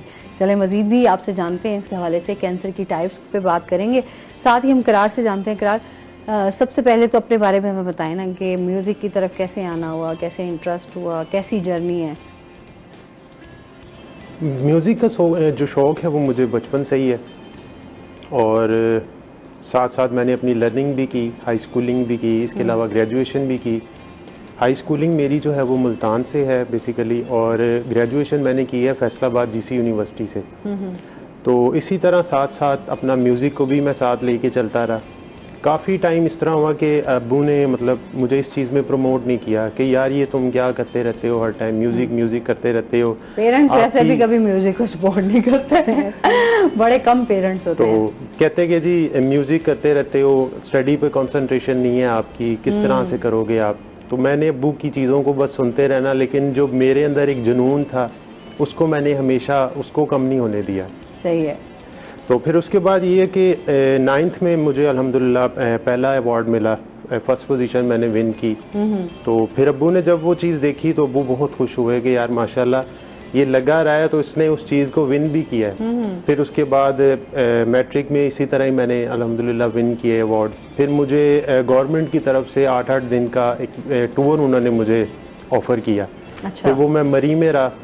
फिर वो 3 दिन का ही हमारा मतलब प्लान था। पहले दिन नात का था कंपटीशन, फिर उसके बाद स्पीच कंपटीशन था, फिर मिली नगमा कंपटीशन था। तो इस तरह से मैं फिर चीज़ों में पार्टिसिपेट करता रहा। सही। पार्टिसिपेशन के साथ साथ जो था मैंने अपनी जो प्रॉपर है वो एक्सपोर्ट की घर को।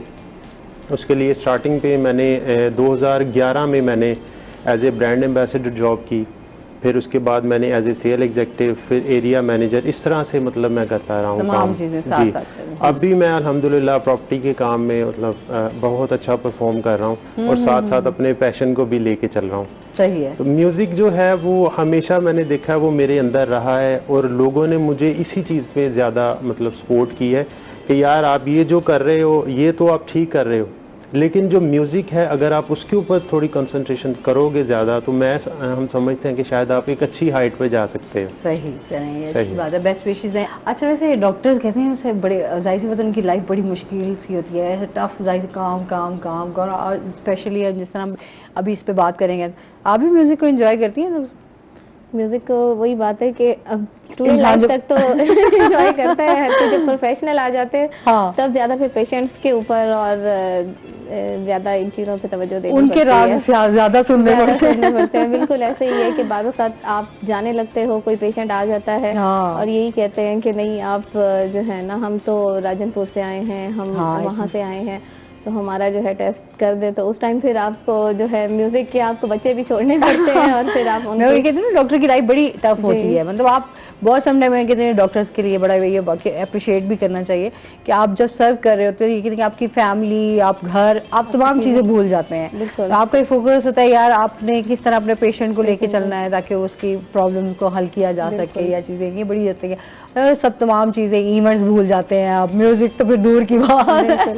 तो ये तमाम चीजें के, लेकिन फिर भी कहीं ना कहीं दिमाग को रिलीफ तो चाहिए ना, बिल्कुल, सुकून म्यूजिक के तो लिए आप वैसे कहीं ना ही कहीं एक कहते हैं ना, म्यूजिक, कुछ ना रूह की कुछ गज़ा है। एक्टिविटीज। हाँ सही है। अच्छा, जिस तरह हम एक कैंसर की बात, ब्रेस्ट, स्पेशली ब्रेस्ट कैंसर, आप क्या समझती हैं क्या रीजंस हैं, क्यों? एक तो आपने बताया कि लाइफस्टाइल हमारा चेंज है, और क्या रीजंस हैं? रीजन जो हमें, यही मैंने कहा कि एज के साथ साथ, लेकिन एज के साथ साथ के अलावा हमारे पास जो ख़वातीन आती हैं उनमें देखा जाए तो अब हमारी जैसे पॉपुलेशन है कि लेट मैरिजेस, अर्ली, अगर 25 से पहले मैरिज हो जाए और डिलीवर एक उसने चाइल्ड बर्थ कर दिया, ठीक है। तो उन ख़वातीन में कम है ये चांसेस। अच्छा, उनमें कम लेट है। Marriages are the common cause या risk factor for breast carcinoma. ठीक है। सो जितनी अर्ली, मतलब बहुत अर्ली भी नहीं, जिस तरह से हमारे जो है पेरिफेरीज मतलब में आगे के 24-25 साल, 26 साल, हाँ जी, हाँ, के ठीक है। 20s में आपकी जो है वो हाँ। शादी हो जाए और उसमें आप एक चाइल्ड बर्थ करते हैं, तो ब्रेस्ट फीडिंग कराती हैं जो खवातीन, उनमें ये कम होता है।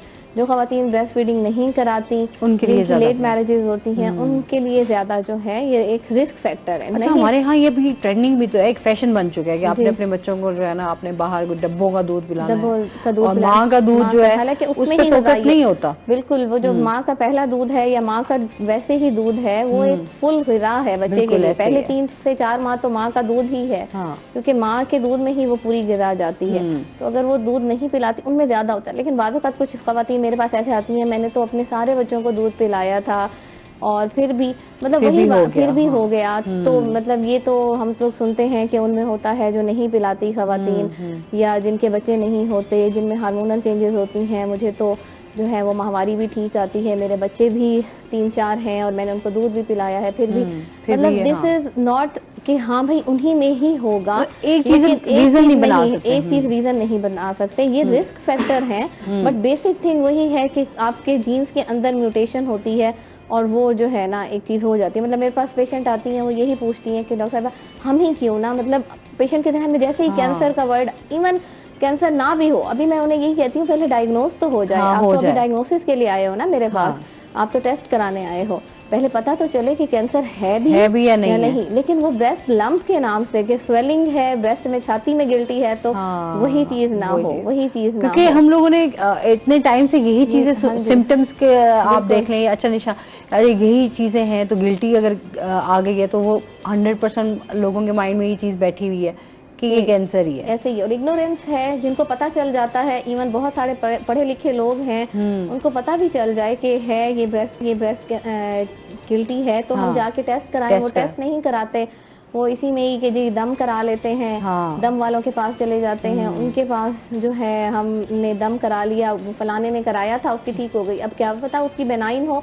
उसकी इन्फ्लेमेशन हो, वो विद द पैसेज खुद ही ठीक हो गई हो, सही। और आपकी जो गिल्टी है वो ऐसी नहीं थी जो ठीक होने वाली थी, वो जड़ों वाली थी, वो फैल गई हर जगह पे।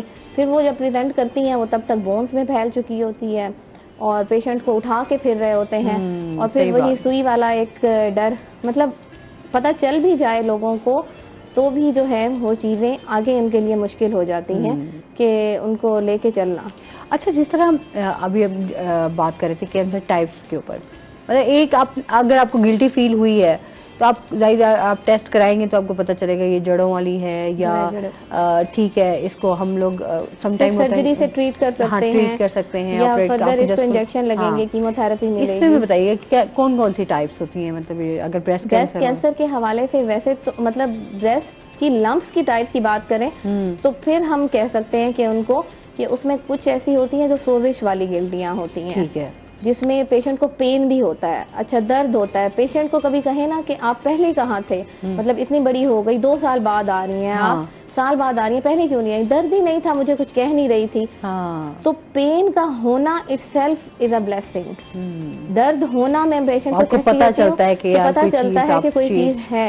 और मैं फिर पेशेंट को यही कहती होती हूँ, दर्द वाली गिल्टी अच्छी होती है उल्टा। हाँ। मतलब दर्द जब है तो इसका मतलब ये है कि कोई सोजिश है उसके अंदर। जो बगैर दर्द वाली गिल्टी है मोस्ट ऑफ द टाइम वो डेंजरस है। और खामोश मतलब कैंसर, खामोश, वो जी, आपको बिल्कुल। खामोश बीमारी जो है वो आपको ज्यादा नुकसान डेंजरस है, पहुंचाती बिल्कुल। है। तो आपको दर्द हो रहा है, इट मीन्स कि दर्द हो रहा था तो वो ठीक है, लेकिन लेकिन बहुत सारे कैंसर वाले पेशेंट वो ये कि 2 साल गुजर गए, फिर उसके बाद उनको दर्द हुआ, फिर आए। तो दर्द का होना, सांस में सोजिश का होना, उसको जो है इन्फ्लेमेशन वाली कंडीशन होती है, जिसमें पस पड़ जाती है अंदर।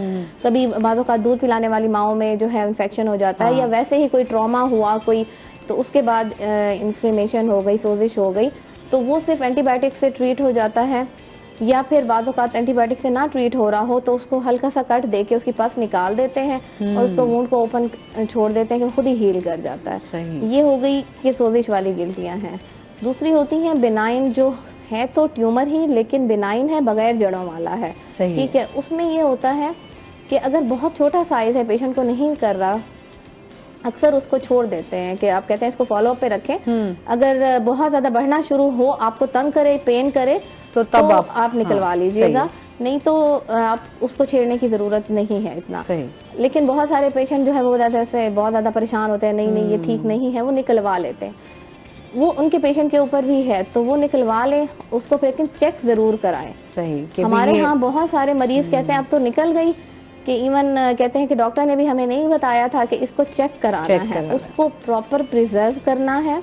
उस टिश्यू को बॉडी में से कभी भी कोई भी चीज निकले हमारी बॉडी में से, उसको वेस्ट नहीं करना, उसको हमेशा मुकम्मल आपको चेक कराना है कि है क्या वो। जब तक हमारे पास चेक नहीं होगी, उसका लैब में वो टेस्ट नहीं होगा, हिस्टोपैथोलॉजी कहते हैं हम उसको, बायोप्सी रिपोर्टिंग कहते हैं, उसका जब तक हिस्टोपैथोलॉजी नहीं होगी उसकी, तब तक हमें नहीं पता चलेगा कि असल में क्या निकाला था।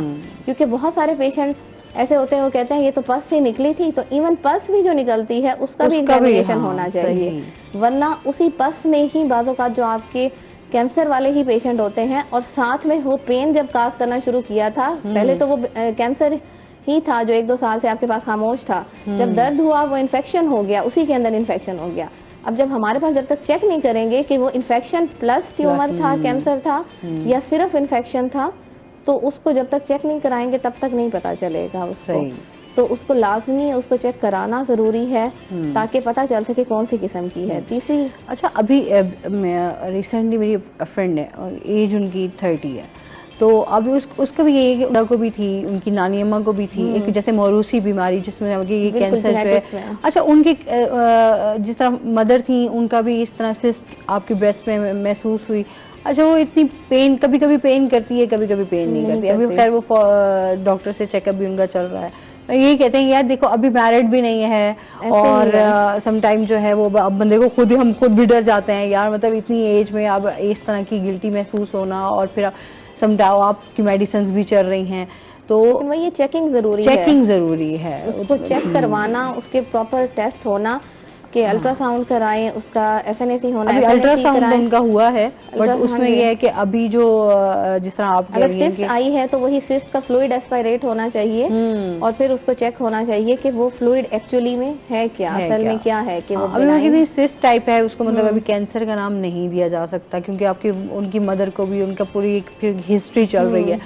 तो जाहिर सी बात है, इस पे भी कभी बहुत खौफ आता है कि आपको अपना ख्याल बहुत ज्यादा रखना चाहिए, स्पेशली जो बच्चियां हैं school going, college going, university going, इन सब को तमाम को अपना जो है वो चेकअप करना चाहिए। इस पर मजीद भी हम बात करेंगे। नाज़रीन, अभी हमने जाना है ब्रेक पे, हमारे साथ रहिएगा।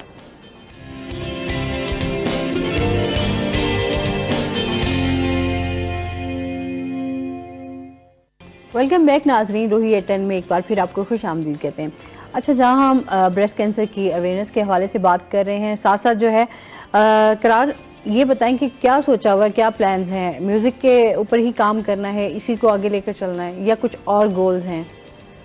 गोल्स तो मैम मेरे पहले यही है कि पाकिस्तान में असल में इतनी अवेयरनेस नहीं है लोगों को म्यूज़िक में। जैसे अब आप देखें, अगर हम अपने हमसाये ममालिक को देखें तो हर चीज़ को एक प्लानिंग के साथ लेके चलते हैं। मतलब उनके जो एल्डर्स हैं उनका भी है, जो उनके मतलब चिल्ड्रंस हैं उनके भी, सभी एक मतलब एक कैटेगराइज उन्होंने चीज़ों को किया हुआ है। मतलब जिस तरह हम ज़राअत से अर्निंग करते हैं, आम लफ्जों में बात करें तो वहाँ आर्ट को बहुत ज्यादा, वहाँ पे आर्ट को- आर्टिस्टों को भी जी। बहुत ज्यादा अप्रिशिएट किया जाता है, वैल्यू किया जाता है। हमारे यहाँ थोड़ा सा ये मसला है बिल्कुल ऐसे कि ही। चीजें जब इधर उधर हो जाए ना, या फिर बंदा ही दुनिया से चला जाए, तो तब आपको एहसास होता है कि जी अब हमने ये खो दिया। तो बिल्कुल कितने ऐसे ही। आर्टिस्ट हमारे इस दुनिया से चले गए, कितने लेजेंड, बहुत कीमती लोग थे, लेकिन हमने उनको जाया कर दिया। तो पाकिस्तान में वाकई ये बड़ी बदकिस्मती है कि हमारे यहाँ आर्टिस्टों को उस तरीके आर्टिस्टों से को प्रमोट भी नहीं किया जाता और उस तरह के प्लेटफॉर्म्स भी नहीं दिए जाते। बिल्कुल तो इसी ये तरह- थोड़ा सा इसी मुश्किल तरह। है।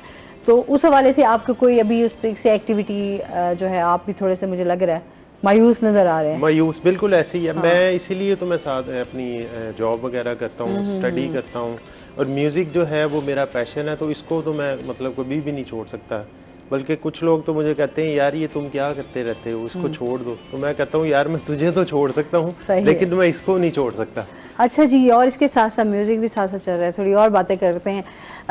जिस तरह अभी हम लोग, एक तो जदीद टेक्नोलॉजी भी आ गई है, अब इलाज की तरफ अगर हम बात करें तो उसी तरीके से इलाज में भी जिद्दत आती जा रही है। आप क्या समझते हैं, कैंसर जैसे मर्ज से लड़ने की कोई वैक्सीन इस तरह की, या इससे बचने के लिए कोई ऐसी मेडिसिन कुछ भी नहीं आया जिससे कैंसर को ख़त्म किया जा सके मुकम्मल तौर पर? इलाज तो है, इलाज तो डेफिनेट, अगर अर्ली स्टेज पे हो जाए तो वो तो diagnose हो हाँ। तो फिर 100% उसका इलाज मौजूद है कि ठीक है। उसकी आप सर्जरी भी कर सकते हैं, कीमोथेरेपी दे सकते हैं, रेडिएशन शुआएं देनी हो वो दे सकते हैं, और डिफरेंट बल्कि जदीद इलाज भी इस सिलसिले में आ रहे हैं। और बाकी बचने के लिए वही मैंने कहा कि जब तक पता हो, जेनेटिक अगर हाँ। फैमिलीज में हो तो उसके लिए है कि वो पहले से BRCA1 BRCA2 म्यूटेशन करा के और पहले से ही उसको स्क्रीनिंग कर सकते हैं, अर्ली स्क्रीनिंग करा सकते हैं, वो चीज़ें कर सकते हैं। लेकिन इस तरह से अभी कोई ऐसी वैक्सीन नहीं है कि हम कहें कि हम ख़वातीन को लगाएं और जो है वो उससे उनको ना हो ब्रेस्ट कैंसर। बेसिकली डायग्नोज करना, पहला स्टेप तो यहीं पे ही आके कि फंस उसको जाते हैं कि हाँ। डायग्नोज करना।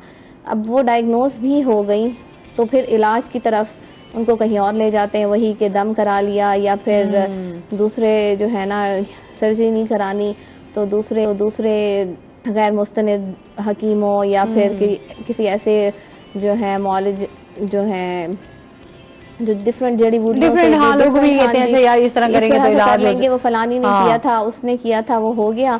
उनको वही मैं कह रही हूँ ना, उनको ये टाइप नहीं पता थी कि उसने जो इलाज कराया था उसकी टाइप क्या थी, उसकी वाकई ये जड़ों वाली गिल्टी हर थी। बॉडी क्योंकि डिफरेंट होती है और हर किसी की even same type of tumour अगर किसी दूसरे पेशेंट में होगा, उसकी बॉडी उन ड्रग्स को डिफरेंट रिएक्ट करेगी। हाँ, बिल्कुल ऐसे जैसे हम लोग उसके लिए ब्रेस्ट कैंसर के लिए हम लगाते होते हैं, उसी बायोप्सी के ऊपर ईस्ट्रोजन रिसेप्टर, प्रोजेस्टेरॉन रिसेप्टर और HER2/neu, ये तीनों हम लगाते हैं पैनल, ताकि उस पेशेंट का पता चले कि उसका ट्यूमर कितने % ये पॉजिटिव है या नेगेटिव है, और उसका इलाज फिर उसके मुताबिक हो।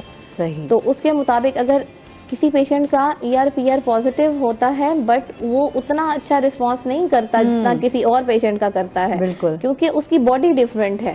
मतलब सेम ट्यूमर है, सेम उसका रिसेप्टर पॉजिटिव है, बट उसका इलाज देने से वो पॉजिटिव वो नहीं आता। हाँ। तो बेसिक ऑब्स्ट्रक्शन हमारे यहाँ हमारे मुल्क में तो यही है कि पहले डायग्नोज नहीं कराते, टाइम पे डायग्नोसिस नहीं होता, तब स्टेज अप हो जाती है। डायग्नोज हो भी गया है, इलाज नहीं कराना, कि वो कैंसर का नाम सुन के कि इसमें तो मर ही जाना है। मतलब एक गरीब आदमी की तो सोच यही है कि इसको कैंसर है। हाँ। बहुत सारे ऐसे पेशेंट आके जो है ना वो ले जाते हैं अपने मरीजों को कि इसने जब मर ही जाना है तो आगे क्या इलाज करें ना। अच्छा, ये वाकई ये बड़ा गलत है। हमारे ये बिहेवियर्स जो हैं समटाइम हमारे ऊपर ज्यादा हावी हो जाते हैं कि बजाय के ट्रीटमेंट की तरफ जाएं और ख्याल करें, हम लोग चीजों को ज्यादा बिगाड़ देते हैं। और हाँ। वो चीज जो छोटी सर्जरी से ठीक होनी थी, हाँ। वो अब उसके लिए कीमोथेरेपी की भी डोज बढ़ जाएगी। वो जो 4 साइकिल मिलने थे, 6 मिलने थे, हाँ। वो 8-10 पे चले जाएंगे। आपके रेडिएशन की भी जरूरत पड़ेगी उसको कम करने के लिए, वो ज्यादा मुश्किल, सर्जरी भी ज्यादा मुश्किल हो जाएगी। एक कॉलर है हमारे साथ। अस्सलाम वालेकुम। जी, मुजाहिद बात कर रहे हैं। हाँ साहब बात कर रहा हूँ इंदर खान से भाई। जी जी, क्या कहना चाहेंगे? और डॉक्टर साहब से पूछना है कि मेरी बीवी की छाती में दर्द रहता है, कभी खत्म हो जाता है कभी होता है, कि इसकी अलामत क्या है? कैंसर के बारे में आप कह रही है ना? हाँ, लेकिन आपने डॉक्टर को चेक करवाया? नहीं कभी नहीं कराया। आप कुछ गाँव में पूछना रहते हैं चाहेंगे? इसलिए उसमें अच्छा। अल्ट्रासाउंड भी नहीं हुआ उनका। कभी नहीं होता। इसकी अलामत क्या होती है और क्या करना चाहिए? गिल्टी भी है उनको दर्द के साथ। मैंने गिनती नहीं है, कभी हल्का हल्का छाती में दर्द होता है, कभी छोड़ के दर्द जाता है, फिर दोबारा कभी 10 दिन बाद 12 दिन बाद फिर दोबारा आता है, कभी झटके ऐसे आते हैं, झटके लगते हैं फिर। ठीक है, उनकी एज कितनी है? जी एज बताएं। उम्र कितनी है? उम्र कितनी है? जी मरीज की उम्र पूछ रहे हैं आप? जी जी, उम्र पूछ रहे हैं। उम्र कितनी उम्र है? तकरीबन 35-36 साल है तकरीबन। 35-36 साल जी है। जी 35 साल से पहले हम लोग रिकमेंड करते हैं कि अल्ट्रासाउंड होना चाहिए मरीज का, लेकिन 35 साल से ऊपर हम लोग ये रिकमेंड करते हैं कि मेमोग्राफी हो, और मेमोग्राफी और साथ में अल्ट्रासाउंड। तो उसमें मेमोग्राफी में ये देखेंगे हम कि कोई गिल्टी तो नहीं है, उसको तो सिर्फ पेन हो रहा है ना, बातों का मरीज को नहीं पता चलता। हाँ। लेकिन अल्ट्रासाउंड पे पहले हम गिल्टी देख लेंगे कि गिल्टी है या नहीं है। अगर गिल्टी होगी तो उसका फर्दर टेस्ट होगा, नहीं तो फिर आप डॉक्टर को चेक कराएं, वो आपको मेडिसिन लिख के देंगे उसमें ना। ठीक है जी, बहुत शुक्रिया कॉल करने का। अच्छा, यही है ना, हम लोग चीजों को बहुत लाइट ले लेते हैं। अच्छा, पेन हो रहा है, बहुत अरसे से पेन हो रहा होगा तो हम थोड़ा अच्छा यार वैसे हो रहा होगा समटाइम, कोई बात नहीं, ठीक हो गया तो फिर हम कहते हैं अच्छा चलो अब तो हम ठीक है, ठीक हो गया ना। अब डॉक्टर के पास जाने का क्या फायदा। तो कुछ टाइम गुजरने के बाद फिर वो चीज अगर आपको डिस्टर्ब कर रही है तो पहले ही स्टेज पे क्यों ना हम उस चीज को चेक करवा लें। एक दफा चेक करा लें, हाँ। डॉक्टर को चेक करा लें, बजाय इसके कि हम अच्छा हमारी एक सिर्फ पाकिस्तान की पॉपुलेशन ऐसी है, हाँ। गूगल सर्च करती है, पहले रिश्तेदारों को सर्च करती है, फिर उसके बाद जब सबको खत्म कर देती है फिर एंड में डॉक्टर के पास जाना होता है। तो वो सिर्फ पाकिस्तानी हम पॉपुलेशन जो है ना, ये असल में आधे डॉक्टर तो हम खुद भी होते हैं ना कि भाई वो फलाने, वही मैं बात कर रही हूँ ना कि आपको क्या पता कि वो जो उसको थी गिल्टी या जो चीज था वो उसकी जिस्म के मुताबिक थी, या उसको भी जो दवाई मिली थी वो उसकी जिस्म के मुताबिक, उसकी बीमारी के मुताबिक थी। जो आपकी बीमारी है वो जब तक डायग्नोज नहीं होगी, चेक नहीं होगी, आप उसको लेबोरेटरी से नहीं चेक कराएंगे, तब तक उसका आपको सैंपल आइडिया नहीं नहीं आएगा हमारे पास, और वो चेक नहीं होगा, तब तक कैसे पता चलेगा कि इस मरीज को है क्या। सही। अच्छा, ये है कि जिस तरह मेरे मदर को कैंसर था तो उसमें गिल्टी नुमाया होगी तो पहले ही स्टेज पे पता चल गया कि हाँ जी ये कैंसर है, और उसके बाद फर्दर हमने फौरन ही ट्रीटमेंट की तरफ चले गए। हालांकि लोगों ने बहुत मना किया, यही जो लोग बात करते हैं जी आप ऑपरेशन करवाएंगे तो आपका जो है ये फैल जाएगा, डेथ हो जाएगी, बहुत अम्मा को डराया, बट हमने बड़ा अम्मा को हौसला दिया कि नहीं कुछ भी नहीं होगा। तो हम एक फैमिली सपोर्ट जो है वो बड़ी मैटर करती है बहुत ज्यादा। पेशेंट की अपना विल होना, हाँ, उसकी ठीक होने में पेशेंट की अपनी विल का होना। मेरे पास पेशेंट आते हुए कहते हैं हमारे छोटे छोटे बच्चे हैं, पता नहीं क्या हो जाएगा। ये डर है, वही ना डर है इंसान को ज्यादा। तुम ठीक होगी तो बच्चे ठीक होंगे। बिल्कुल। इसमें मजीद भी हम इनसे जानेंगे। नाज़रीन, अभी हमने जाना है ब्रेक पे, हमारे साथ रहिएगा।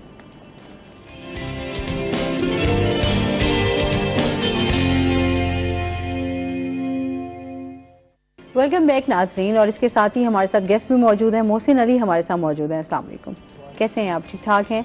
वेलकम करते हैं अपने शो में।